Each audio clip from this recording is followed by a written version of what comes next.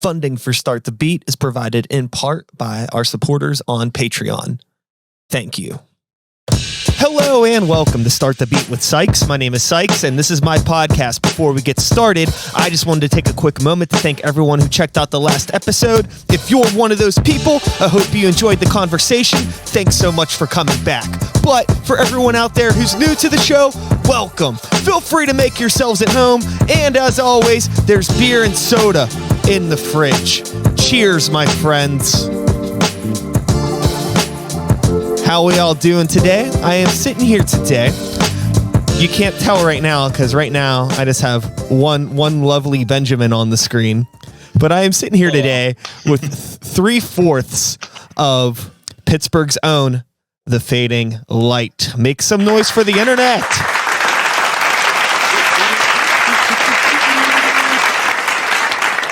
Thank you. Josh, John, Benjamin, Ben. Do you prefer Benjamin or Ben? Everybody calls me Ben. Whatever's easier. All right. I'm going to call you BB. That's your nickname for the duration of this fucking podcast. I promise I will not. I promise I will not stick to that. So that works. What's going on, everyone? How you doing today? Doing good, man. The lazy Sunday. I love it. Yeah. Yep. It's been a rather hectic day for me. I decided to create and launch a Patreon account, and it was rather time consuming. But hey, cool. That's what I did today. In laundry, and I forgot to eat dinner. So that's where I'm at.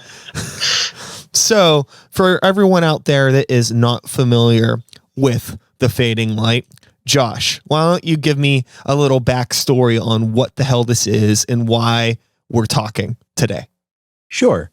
So actually, The Fading Light is a project that I've been working on since probably, I would say really like 2008. But I first formed like a group of people to play the songs that I wrote in 2009. This would have been back in St. Mary's. It was like my cousin was the drummer. We didn't even have an electric guitar player. We just had a piano player, like a keyboard player. And then it was like me playing acoustic guitar. And then we had a bass player. And I would say there's like 5 or 6 of the songs on the album that we just released were written all the way back then. And we actually played them as a group. We played like our local county fair and all this different stuff. And then we all decided to go to college. And so the band like broke up and everybody kind of went to different places. Right. And so I didn't really play any music, but I wrote a little bit here and there in the background while I was in college at Edinburgh. And then when I moved down here, I got together with Ben. And I think that was where I first started talking about it again. I got together with Ben and it was just kind of, we just kind of reconnected. It was after a show that you played at Altar Bar, I think. Yeah. And then we started like the second to last show before they shut it down. Yeah. And then like we got together and started hanging out and talking about stuff. And I was like, you know, I also have like punk music and metal music and stuff that I write. So we were just talking about like, let's take some of this music that I have on the backlog. I just been at that point was just kind of writing for my own pleasure. I guess it's like a hobby. And I was like, you know, let's do something with this. It'll be fun to play live, any of it. And we decided to go after the indie rock popish stuff first, just because we thought it had a better appeal. And it was also kind of interesting as opposed to what we normally would play. Like I've always been kind of a metal guy and like I played in a punk band growing up. And so I was like, you know, let's try to do something that's a little bit different than usual. And so that was where it was. And I met Matt at Guitar Center, I think. And probably. Yeah, I'm pretty sure it was at Guitar Center that I met Matt. And he and I started talking and I was like, you know, would you want to be our drummer? Because at that point, Dylan, our old guitar player, was actually our drummer. And then Matt came in to be the drummer and Dylan went to electric guitar. And then now we've got John playing electric guitar. So that's like the history of the band, I guess. But I always wanted to put all these instruments together because there's like piano in the album tracks. And so I wanted to, instead of my traditional writing style was with like 2 electric guitars and maybe 1 or 2 vocalists and then a bass and a drum set. Right. And I said, let's get all different instruments together. So I have like an acoustic guitar and a piano and an electric guitar and a bass and a drum set and then maybe multiple vocals. And like, what can I do with all these different sounds? And in a way that utilizes melodies that I can remember that I can remember, because like a lot of times it comes very automatic when I get playing live, especially. I don't realize what I'm not like, it becomes muscle memory. Right. And so like having these melodies that are easy to get like in my head to keep going with when we're playing, or to write new ones, and I like to do a lot of these interlocking rhythms that, like, I like to call them whole band riffs, where everybody's kind of playing something different, but it all fits together to make like a bigger thing. Those are all like really popular motifs in my songs. So this was a lot of earworms. Yeah, right. Yeah. And this is the Fading Light is like an exercise in doing those things all together for me. Because like I write other types of music that are not like this at all. And so, like this is a very like specific thing that I do and I write the music. All the songs are based off of like stories of my life from different things that I've done or felt, or, like there's one song it's such a simple song. It's called I Miss You. It's on the new album. And I mean, the chorus is just, I miss you. I miss you. I miss you. 100 million times. Yeah. I say it a million times, but it was from a different time in my life. Like I wrote that in 2009, right? I would have been like 22, 23. And, looking back on it as a 34-year-old, I'm like, how juvenile, like those lyrics, but like they really described exactly how I felt. And it's like a snapshot of my life from that. And every time I hear that song again, I remember exactly how I felt in the moment that I started to write it. And it's the same thing with every single other song on that album. In fact, every song on the album I wrote prior to 2011.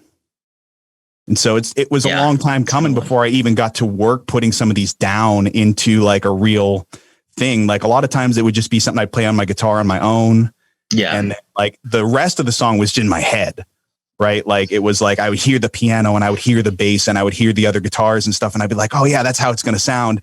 And then when I finally got it put together and Ben was giving me masters back and I'm hearing these things that I had in my head for over a decade, it was like really weird, right? To be where we are now is like very bizarre. Like I dreamt of it a decade and a half ago, that I could hear something that sounded like it's almost like being outside of myself and hearing me talk to myself in a weird way, right? Like, because all that stuff was just rattling in my head for so many years, and now it's down and out, and I was like, wow, this is like really cool. So it's kind of surreal just to be here talking about this thing, right?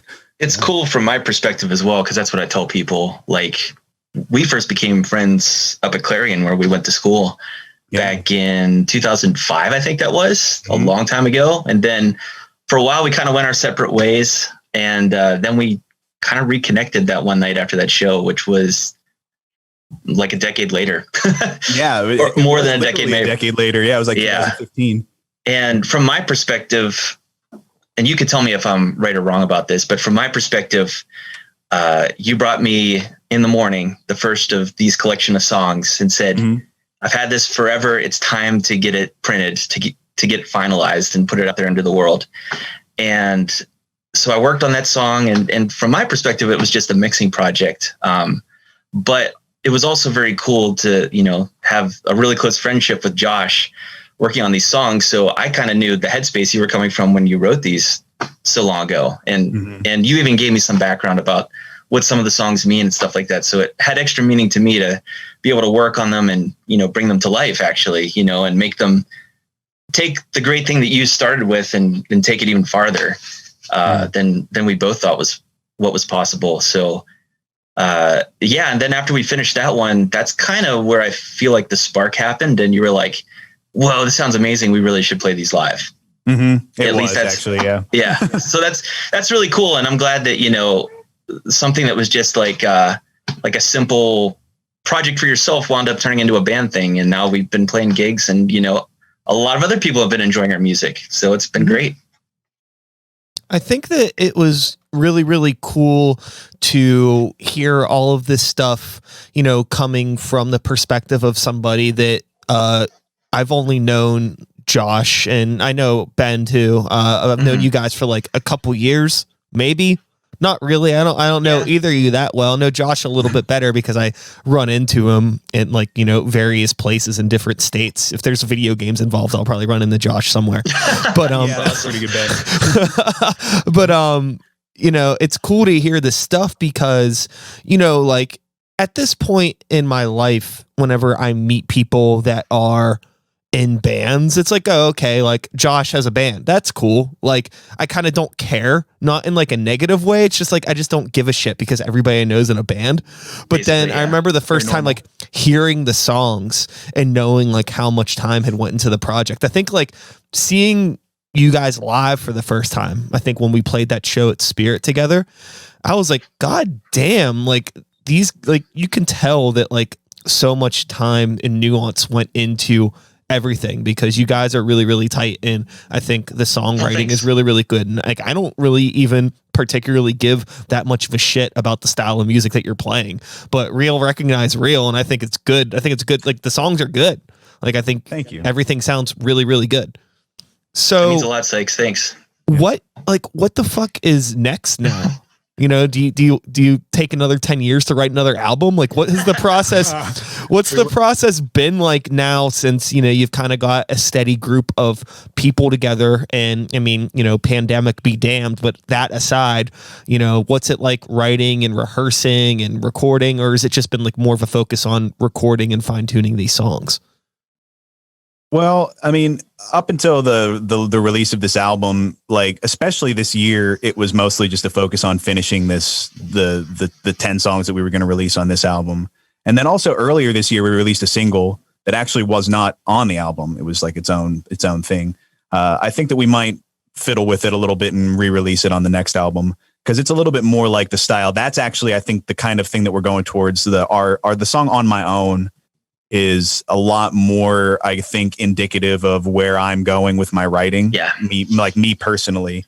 I have 3 other songs actually right now that'll probably go on to the next album if we all like them, but they're all similar to that with these, like, it's kind of like this, everybody's doing something different. Those whole band riffs, right? But it like fits together in different ways. Like I'm getting a little bit more daring with my mixing of time signatures between different instruments and stuff like that, so that it kind of like the beat moves around and everybody kind of does weird stuff like that. Would it be something like akin to like a Circa Survive type of songwriting process? Because I feel like they do that a lot. Yeah, that's pretty. I like that. Correlation there. That's pretty good. Yeah, because I do that kind of stuff a lot. And I have this song about an out of body experience where like the beat like keeps moving all over the place because it's in 5, but there's an instrument that does everything in 3. And then, like the accent kind of like moves around as the melody kind of like moves between them. Right. Like I'm starting to do a lot of that kind of stuff, which is fun to try to make a melody that is memorable, that fits into those types of parameters. Like that's hard because we're still trying to make like pop music. Right. And so it's hard to get super experimental and still do something that is like popular and poppy. I mean, dude, I mean, listen to Dave Matthews Band. Okay, well I guess you have a good point there. Yeah. But yeah, that's actually a good correlation too. I think that like, as I start to get like, I would actually love to get a keyboard player involved in what we're doing, because I've already got piano in a lot of the songs that I've already written. So adding that to our live show would just be a big plus anyway. But opens me up to doing. On the electric guitar side, I would love to expand to a piano player because on the album, there's a lot of moments where the acoustic guitar, there's a doubled electric guitar, and there's a keyboard player all playing these counter melodies. We've talked about doing the tracks thing where playing live, doing tracks to get that vibe still. But it's like so essential to have a musician that you can connect with for these counter melodies, because listening to it, I mean, especially in the morning, during the final chorus, the piano and the guitar are both doing this upward melody while the rest of the band is moving downward. And it's like, it's very effective to the music and to what Josh is trying to portray in the music. so it'd be really cool to eventually have that ability to be able to portray that even more. Because it really speaks to who we are as musicians, that there's all this stuff going on, but not once does any of it not make sense. Mm-hmm. Yeah, listening to any of the individual parts by themselves, aside from maybe like the vocal and the acoustic guitar, right? Because a lot of the songs on the first album too, especially the older ones, were written just literally, it was just me playing my acoustic guitar and singing a song over it. And then as I started to add more people to the band, I said, how am I going to make all these other instruments interesting enough to fit in with this? And like, I had to piecemeal it as the years went on. And you can tell, I think, a little bit the difference between a song that I wrote with the intention of all of these interlocking things in mind. Like I Will is like the main verse riff of I Will is everybody's playing like these different rhythms that kind of break apart and come back together, and the melody splits the difference. And that's highly contrasted against something like All I Can Be, which is our second song on the album, where if you took out all the rest of the instruments, you still have the same song. Yeah. Right. But I Will is not nearly the same song without all of the pieces together.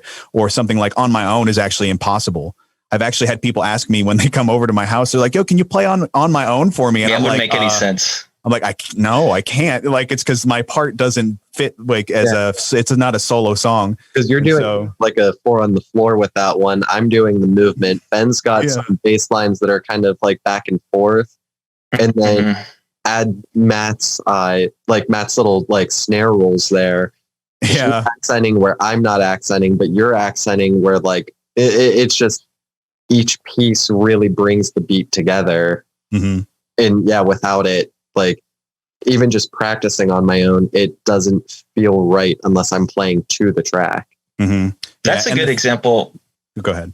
What I was going to say is that song On My Own is a good example of, like you said earlier, Josh, where we'll be headed in the future, I think, with the writing. And just to pull back the curtain a little bit on the writing process for us. So pretty much everything you hear on the album, 90% of that is all Josh. Like, I got to give credit to where credit is due as far as where the songwriting comes from. In fact, probably 3 or 4 of the songs out of the 10 on the album, I think, are Josh's bass lines.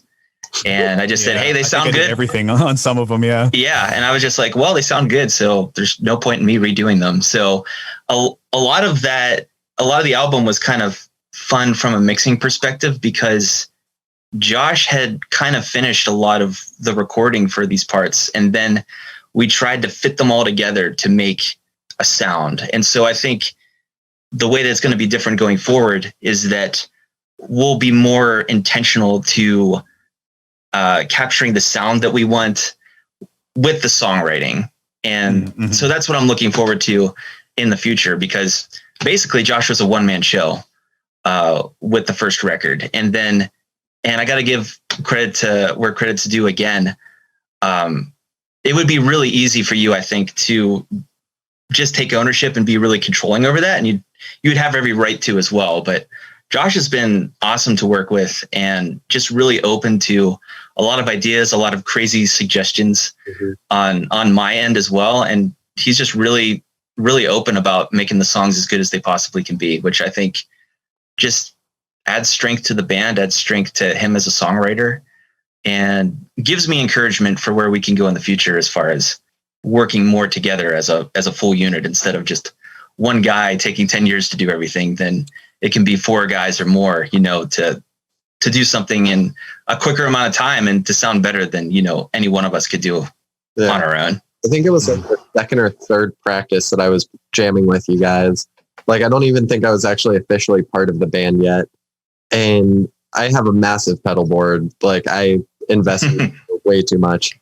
And I was like, hey, Josh, how would this sound? And I, during like that weird interlude in between the verse and the chorus of I Will, I clicked on my trem pedal, tapped it to the tempo, and he was like, dude, that sounds sick.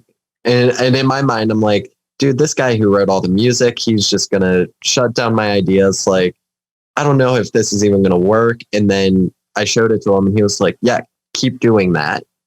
Because it was something he didn't think of, but that he liked for the sound of his music. And I mean, even when we go to play this stuff live, I don't think it's going to be the same as it is on the record, because we've kind of been modifying it even after the release and everything.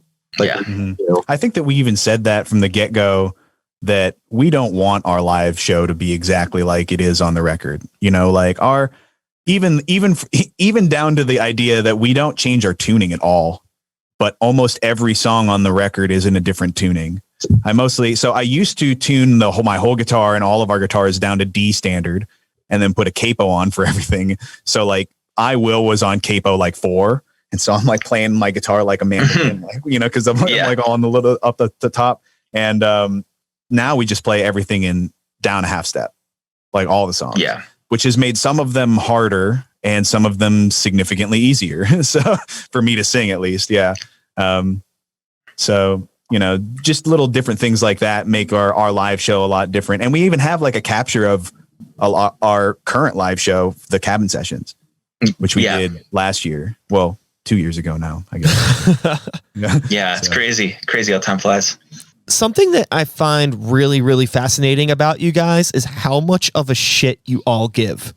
Like, do you know how rare it is to be in a band where everybody cares about the songs and understands why things are happening and the different parts and the counter melodies and the structures? Like, I've never been in a band where every single person gives a shit. It'll be like me and one other person, and then you're just trying to get the other 3 people to know what the fuck is up. So to be fair with that, I'm going for degree number 2 in computer science. Degree number 1 was in music production with a focus in jazz guitar. So it's like, kind of feel like it's kind of important to give a shit. Sure. Yeah. And I think that it's definitely crucial to give a shit. I think it's crucial to give a shit no matter what style of music you're making, but particularly with the kind of stuff that the Fading Light is doing.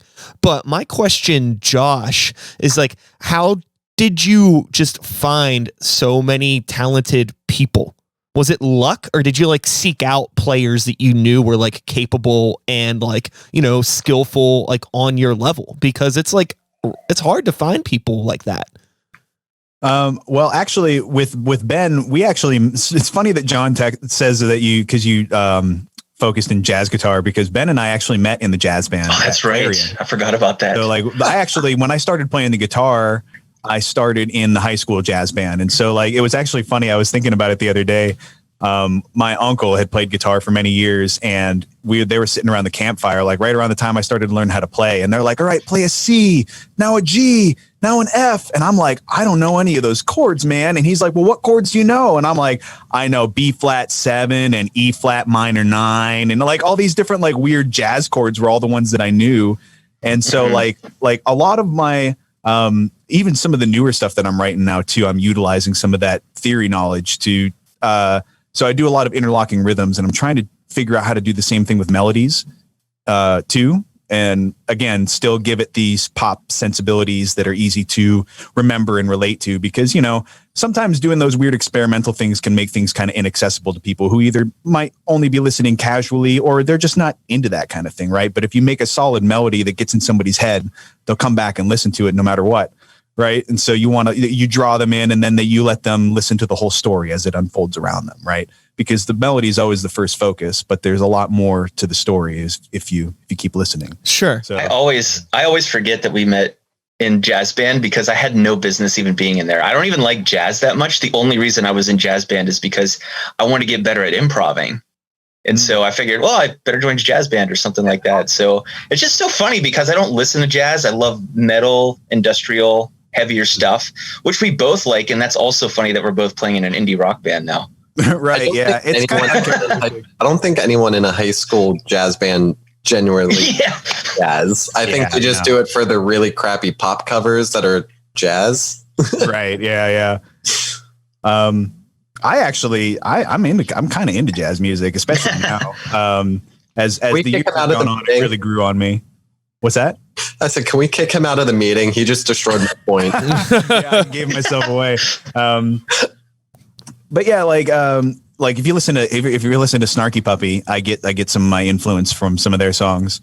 They write some really rockin' stuff that, they do. that really rides the line between what you can call jazz fusion and just like whatever you want to call what they're doing. I don't even know. Yeah. So bands like that. If you ever hear the band Invalids, I draw a decent amount of inspiration from them. And they're like math rock, which kind of fits me, I guess. So, but yeah, like I draw influence from all over the place. I grew up on like Korn and Limp Bizkit and stuff like that. You know what I mean?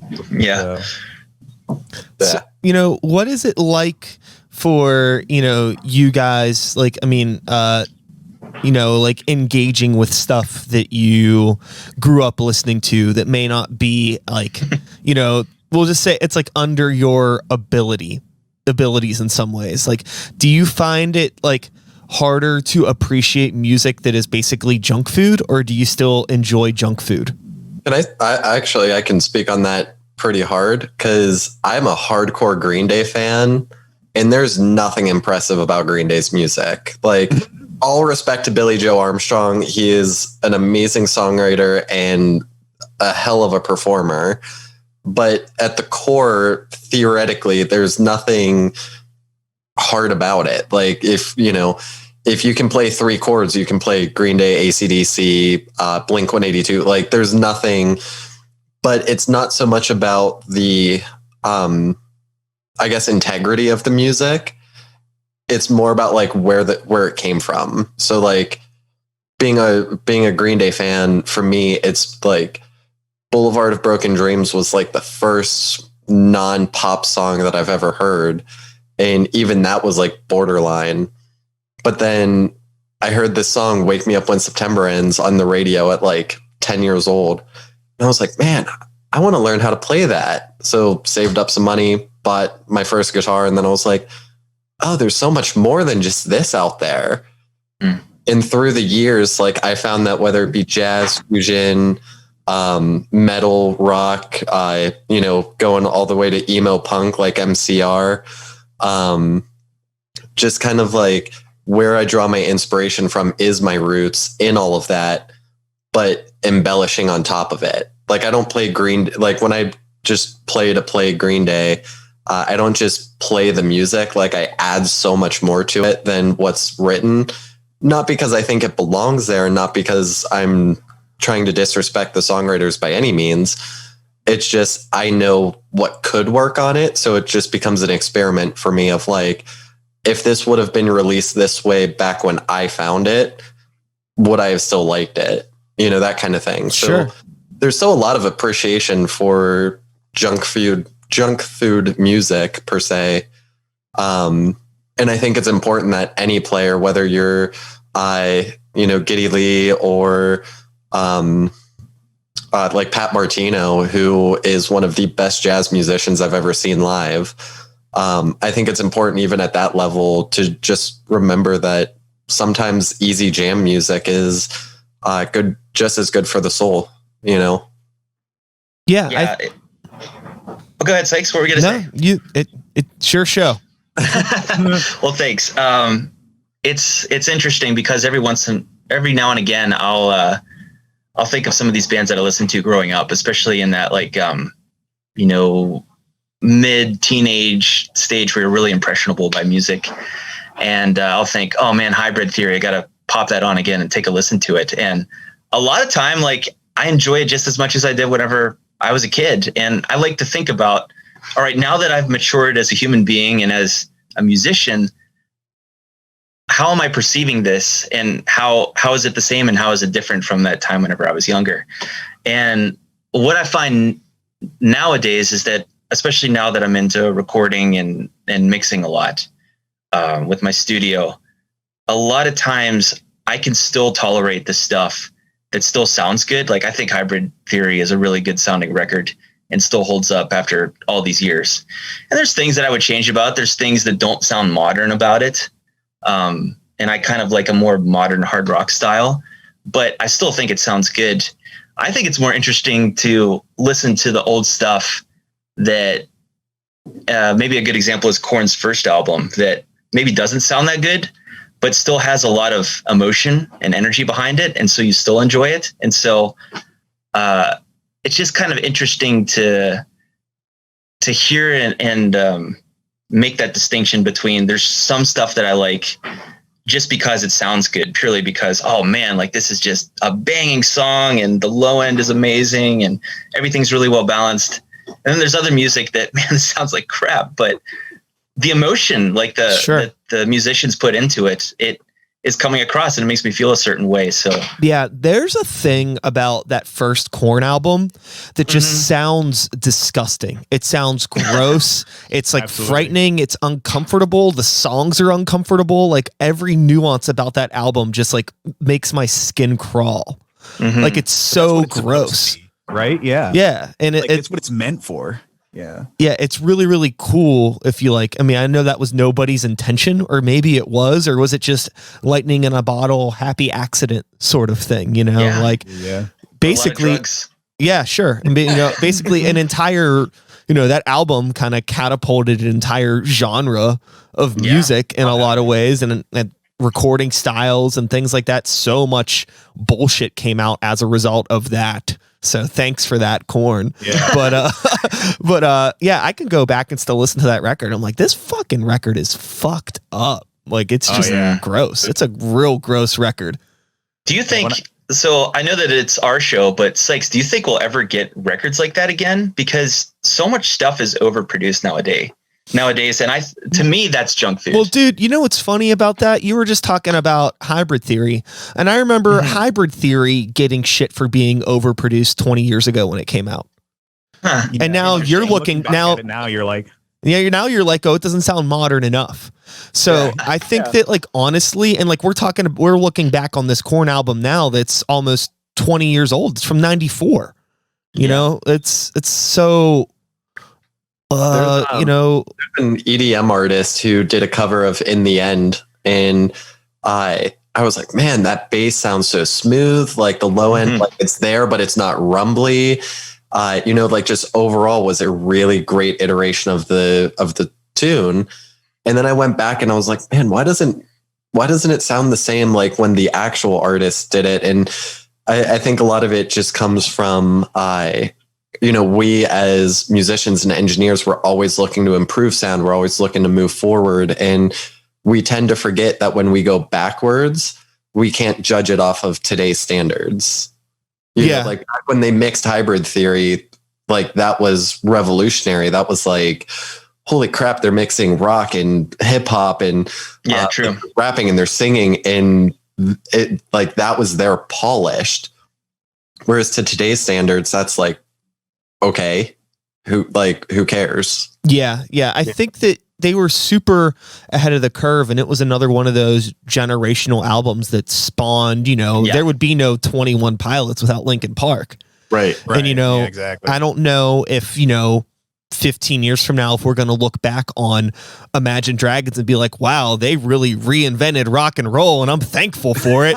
I hope to God not. But who the fuck knows? Like, I have no idea, because there's no way that you would have told me 20 years ago, like looking back on Korn's self-titled album, that I would have been like, oh yeah, that was actually a pretty important statement in the realm of art for heavy metal. That's true. I wouldn't have thought about it. Machine Gun Kelly changes metal,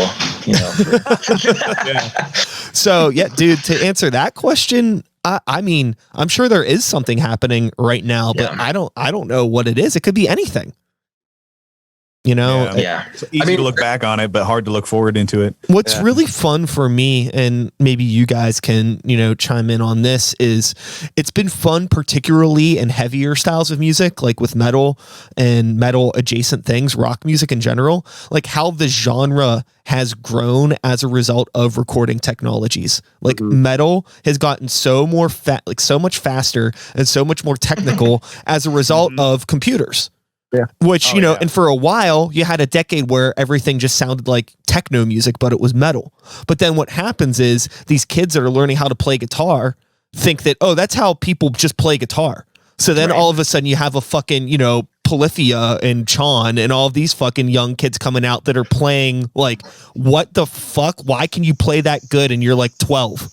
Yeah. And there's like this whole generation. So it's like, what's the next generation of kids going to be like, and how's it going to how's the genre going to keep transcending? How much crazier, how much more technical can things get? How many more different styles of music can we throw into a pot? I feel like we're like reaching this point of like, I can't imagine it getting any wilder or crazier, but every year it seems to be like I've come across some album or some band that I'm like, wow, like it's still growing. It's really cool.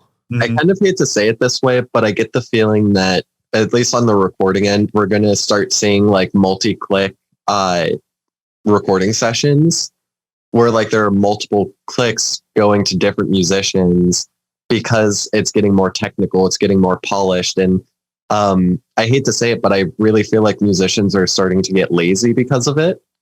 In the sense of, you know, yeah, you have that 12-year-old that can play Tool perfectly. And it's like, well, that's cool and all, but do you understand why it's played that way? Or do you understand why it was written that way? Like, are you feeling it or are you just playing it? Sure. You know, that goes back to, you know, talking about Green Day in terms of like, while these aren't technical songs, they were like the nuance of why these songs were written and the feeling that goes into them being played, the performance of them and their purpose is so much far greater. And that's what makes them great songs. I'd rather play a 4-chord song with heart and soul than a 7/8 polyphonic, like technical mess. Yeah. Perfectly. Like, because if there's no heart and soul behind it and if there's no purpose behind it, then that's cool. But in the end of the day, what purpose does it serve? Yeah. I mean, I think that's why Ghost blew up in the way that they did around the time that they came out, because like that was like right at the heart of like, you know, bands like the Faceless and Born of Osiris and, you know, all that shit where it's like way too much. Like it's fun to listen to. I'm like, I can't believe this is happening, but this isn't like it's like, you know, somebody speaking a foreign language at me when I'm listening to it. You know, it's like watching a movie in a foreign language you don't understand at 10 speed and trying to keep up with the subtitles. That's like listening to the Faceless for me. I'm like, what the fuck is happening? This is cool. But then, you know, have a Ghost comes out and they're like, yo, back to basics, fun gimmick, simple rock songs, catchy melodies, great production. And like, everybody was like, yes, thank you. A breath of fresh air, something that has like heart and passion and, you know, fun purpose. On the opposite end of the spectrum, I mean, Taylor Swift releasing 2 albums in the same year, both like bare bones, almost folk style, complete opposite of where she's been. And it's like, don't get me wrong, like I have a soft spot for Taylor Swift because, you know, as a singer-songwriter, she's fantastic. But to hear her go back to where her roots are and like put like her full soul into it, and you can hear the emotion in her voice, like it doesn't just sound like a #1 hit, it sounds like her music. You know? And it'd be really cool to see more artists kind of follow suit, you know, go back to where you started and get rid of all the soft synths, get rid of all the, you know, melodynes and the auto tunes and all the, you know, just crap that we put on records and just play. I think that you had mentioned, you know, artists getting lazy, and I think that that's 1000% unfortunate side effect of the times that we're in. You know, it's awesome that anybody can record anything and put it online and, you know, get, you know, a pack of Black Friday Waves plugins, you know, for like $20. You know, and then, you know, this demo idea that they had, they can make it sound like a legitimate, like good enough, something that like a pretty decent recording, you know, you mean maybe somebody with a trained ear can pick up the nuance of like, you know, oh, this isn't EQ'd properly, but you know, most people, it's just like, okay, this sounds like a song. Right. And I feel like people don't work as hard to be like, oh, I need to really learn this stuff because I'm going into the studio and I gotta, you know, I want to work with the band or we're tracking this live, or, you know, I think once people get the idea that like, oh, we can comp guitar solos and we can auto tune vocal parts and we can punch in, and, you know, I think it's just like in the back of everyone's head. Even if people go into the studio thinking like, well, I'm just going to try to play this, it's always like, well, I can fix it if I need to. So there's always this sort of back burner in everybody's brain where it's like, well, I don't need to work as hard as maybe I should. the number one most dangerous phrase in music right now is, "Oh, I can fix it in post." Yeah, that's a good one. Yeah. If you didn't capture it, you're not going to get it. Like Sure. there is no talent button. There is no heart button. I mean, there is, but only on Facebook and by, less people that no one cares about. Mm-hmm. But if you didn't capture it, then you don't have it, and post can't save you. Yeah. So, one of the things that I really lucked out on was when I first started recording music, I was in high school. It would have been like 2002. I had an IBM tower that ran Windows 98. Real sick. Nice. But it worked. It worked. I just didn't have a lot of resources, but I had that and it worked, and I was recording music on it, but I was teaching myself and I didn't understand like plugins and VSTs and all this stuff. I didn't even know if my computer could run them. Like, I just didn't know. So, and I used that computer for probably 4 or 5 years before I could afford to get a nicer setup. So basically my entire like formation around recording music, it was, I got to record this right because I don't have the plugins. Mm-hmm. So it's all trying to figure out how to mic something properly or do the right effects on like an outboard drum machine, because I didn't have any soft synths either. So it was all actual gear. So I was like, fuck, like now looking back on it, I'm really thankful for that, because I'm so used to just like the idea is like, oh, let's get it and record it and not like fuck around with plugins or do all this other stuff. I mean, I use them now, obviously, but my brain is still hardwired to like, okay, let's find some cool pedals. Let's find something to make this happen organically, because it's going to sound better in the long run, just knowing that you created something. And I like that danger of not being able to fix something in post. It's a lot. Oh my God. It's a lot more entertaining. It's like the most punk rock thing I could do, I suppose. Now it's just like track it raw. Oh yeah, well, exactly. If you want to hear a funny story about how especially with the fading light here. So when I first started doing the fading light back in St. Mary's, would have been like with my cousin and all those guys. It would have even been before they joined the band, right? So like I had these songs that I would just play on my acoustic guitar and then just play and sing to them. But like I was like, I gotta make like a song, like a demo for these guys to hear so that they can have something to play, because like they didn't, they were the kind of like my cousin actually learned how to play the drums to play with us. And so I was like, I need to have something for him to listen to. Otherwise, he's not going to be able to play to the songs. Right. So like I used Audacity and I plugged it right into the microphone port of my mother. Right. So I didn't even have like I think we've all done that, right? You can hear like the fans on the recording, like going around. Oh, that's amazing. And so the latency was so bad that I would have to do every track from start to finish with nothing but the click.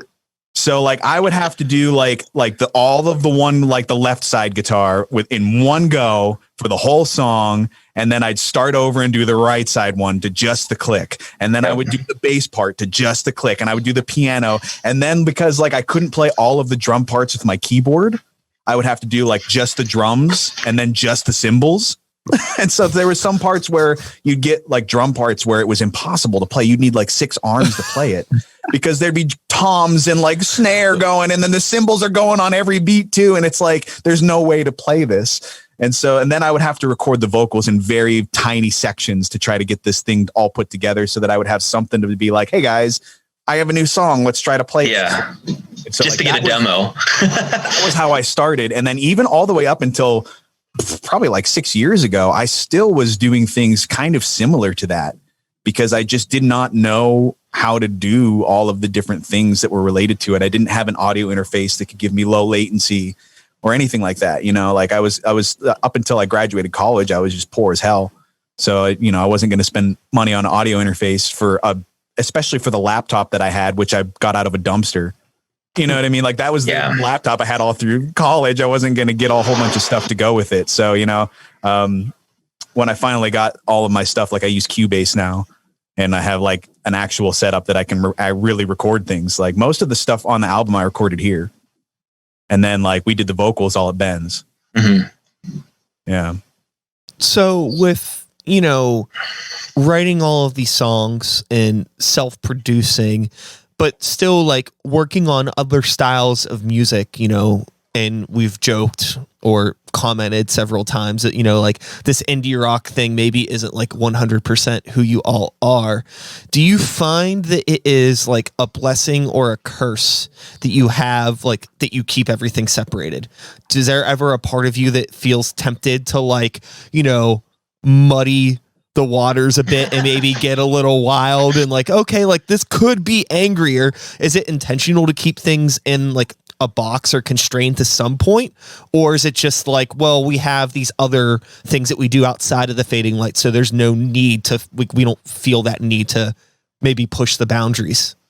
Well, for me personally, like the way that I've written over the years, it's like certain moods that I'm in have a tendency to just lend themselves better to the types of songs that I would write when I'm feeling that way or thinking about a specific type of thing. So I guess like getting deeper into the album. So like I Will is a song about, being in a long distance relationship. And, it was part of like a letter that I wrote to somebody. And, I kind of like put music to it as part of a thing. Same thing with In the Morning. Those were like, I even say things about it. Like as I'm writing you this letter, like I actually say it in the song, like I'm writing a letter to you. All I Can Be was a letter I wrote to somebody. So it's like all of those types of things lended themselves very well to having this like acoustic guitar piano thing going on because of, I guess, just how I was feeling. And a lot of my angrier stuff is for sure heavier, but I have some stuff that's like really super like joyous and happy. Like I've got like ska songs that I've written and like pop punk stuff. Like I have a whole pop punk album that's like half pop punk, half like metal punk. Ben and I, we need to finish that actually. Metal punk album. Yeah. So I have like another album that I had that was actually, I was in a band in high school called Worst Case Scenario. And we had like an entire album written and then we broke up. And so I was like, man, like why not just release those songs? Because why not, And so like we have it almost all done. We just need to put the final touches on it. I think do some vocals. Yeah. It's finished and we can release that too. Sykes, I think that is an awesome question. And at least from my perspective, I think that it's a blessing to keep everything separate. And that might just be a reflection on like, we're all older. I think John, you're the youngest out of all of us. I'm 25. Oh man, you're the baby. Yeah. So this might not apply to you, but I've played enough shows and enough different styles that I'm more than happy to keep the indie rock. And I don't want to add distortion to my bass and make it like something that it isn't. And there's nothing wrong with that either. Like in our one single On My Own, like I do have a heavy amount of distortion, and it's kind of, that bass line is more than like an indie rock song. That's where the bass kind of takes more of the lead in the verses there. And I think that's totally fine. Like, but that's what we were going for in that song. But in general, I like to play simpler things. I like to just kind of support what the song needs, because that's more enjoyable from a live playing perspective. And it allows you to interact more with the audience, to make eye contact, because that's one thing that I love about, growing up at the time period that I did and the music that was happening then and going to live shows. I mean, that was such a bigger thing in our culture than it is even now, regardless of there being a pandemic or not. Like live shows have just kind of been a thing that have been dissipating more and more and more. But I think that the big thing that I gained from that growing up in that time period was the music was really so much about the interaction between the audience and the artist on stage. And my favorite artists that I was listening to growing up, like they were all really great performers, and that made such an imprint on me. And it made me want to do the same thing for any crowd that I played in front of, that to make the live show a better experience than it could just be listening to a good song on a CD, but to have that human to human connection. Yeah. Yeah. When I was in high school, go ahead, man. For me, I mean, I can keep it separated, but no matter what style, even when I was a jazz student at Duquesne, even playing jazz, like the second that the improv would come up, like, yeah, I would keep it to the style, but you would always hear like a little bit of like a Green Day / Trans-Siberian Orchestra kind of influence come through. And that's just because that's what I grew up around. That's what I know. And that was my biggest influence. So for me, I can stick to the style while also bringing out my influences. So I actually think it's both a blessing and a curse to keep it separated. A blessing because there are moments where, a pinch harmonic is perfect, and like, bringing out that natural feedback, like the Linkin Park feedback you hear, especially on Hybrid Theory, but then also bringing out like the sweet melodies of Trans-Siberian Orchestra. And then there are moments where the palm mutes are, very Green Day-esque, especially from the Dookie album. And Basket Case comes to mind in particular for that. But I try to let my influences flow into the style. If they're going to be there, they might as well be there in the best way possible. Right. Yeah, no, I think that's really cool. I think that it's always interesting, because I've been in positions where I've had, I'm in 3 music projects right now. So I don't feel the need to kind of like everything that I want to do musically is happening in these individual pockets. But there was a time when all I had was my solo material. And, the album that I put out at that time is like, looking back on it, it's like a mess. It is so schizophrenic because like I just wanted to do so much. Right. Like I listened to all this different music and I didn't have an outlet for stuff that was a little heavier or stuff that was a little more like EDM electronica influenced. And, so I'm like trying to make this like rap rock / metal / like industrial / which sounds like normal now, but at the time it wasn't. It wasn't like, it just didn't like, it didn't gel. And also I didn't really know what I was doing. That was recorded on that Windows 98 tower, by the way. So, now I think I like having, the multiple things and knowing that I'm capable and I could pull influence like John was saying, and like find a fun way to maybe take something a little heavier and apply it to like, a more electronic based track, like still have like a cool, heavy, dark rhythm that's maybe not so much of like a 4 on the floor dancey sort of thing, but like give it like this weird, slow, like almost like a doom metal vibe, slow, but all with like, dark synths and stuff. Like that's like, it's fun. Yeah. It's like, oh yeah, this is kind of like, this distorted saw bass, has like the same sort of a vibe as like maybe some bullshit doom metal track might have, but it's an electronic track and it doesn't sound like a doom metal track at all. I'm just pulling it. So, as we are rounding the station here before we have to end the chat, but also we've pretty much hit our hour at this point. So, but I want to talk a bit about the album. We have talked about it a bit. We should probably tell people where they can hear it and how they can get their hands on it. That'd probably be a good thing to do. And I don't know, who wants to take the reins on that? I'll take the reins on that one. The easiest way to find it actually is to go to thefadinglight.net. We have a website where you can find links to all of our different stuff. I actually have an entire playlist of our whole album up on YouTube. That's on our YouTube channel. You can just listen to it for free. We're on Spotify, iTunes, Amazon Music, Apple Music. Not iTunes anymore. Oh, really? They got rid of that.